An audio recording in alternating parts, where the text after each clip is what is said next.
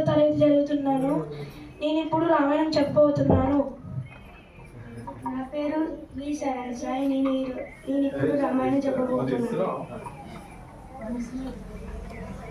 అయోధ్య నగరానికి మహారాజు దశరథుడు. అతనికి 3 భార్యలు. వాళ్ళ పేర్లు కౌసల్య, సుమిత్ర, కైకేయి.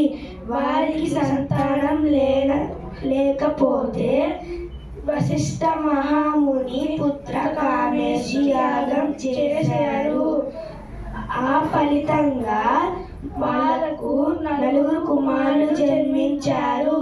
వాళ్ళ పేర్లు శ్రీరాముడు, లక్ష్మణుడు, భరతుడు, శత్రుఘ్నుడు.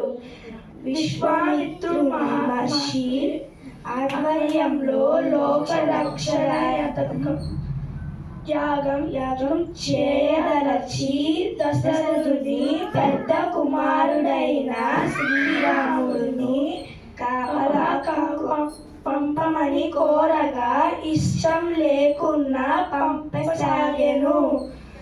విశ్వామిత్ర మహర్షి నిర్వహిస్తున్న యాగాన్ని భంగం చేయడానికి తాటకి రాగా వారిని శక్తియుక్తులతో శ్రీరాముడు సంహరించెను.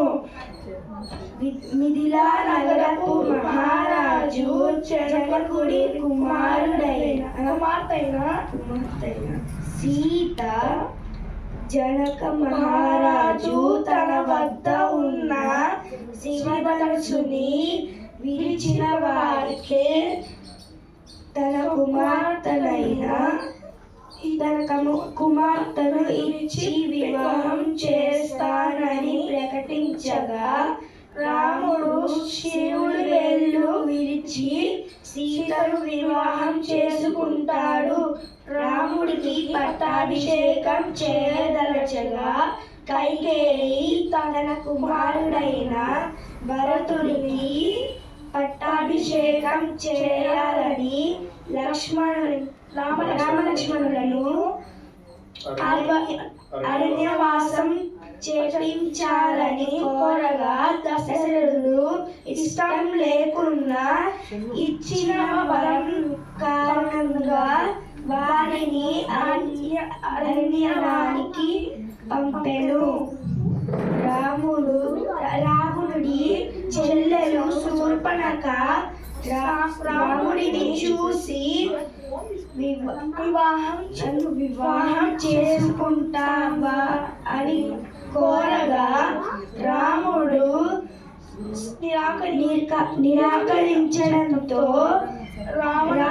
రావణుడు కోపగించి మారీచుడు రాక్షసుని మాయాలేడిగా పంపి కపట నాటకంతో సీతను అపహరించాడు. సీత జాడను తెలుసుకోవడానికి శ్రీరాముడు సుగ్రీవుడు సహాయం కోరగా హనుమంతుని ద్వారా సీత లంకలో ఉంటుందని తెలుసుకుంటాడు. లంకా నగరం చేరుకోవడానికి సముద్ర మార్గం ద్వారా వెళ్ళవలసినందున వానరుల సహాయంతో వారధి నిర్మాణం జరుగుతుంది.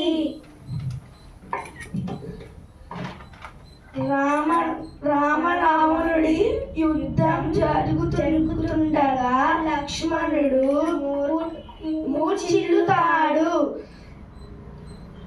తక్షణం హనుమంతుడు హిమాలయాలకు వెళ్ళి సంజీవని పర్వతం తెచ్చి లక్ష్మణుడిని కాపాడి రావణుడిని సంహరించి సీతాదేవిని అయోధ్యకు తీసుకురాగా ఆమె అగ్ని ప్రవేశం చేసి తన ప్రతివ్రతని నిరూపించుకుంటుంది.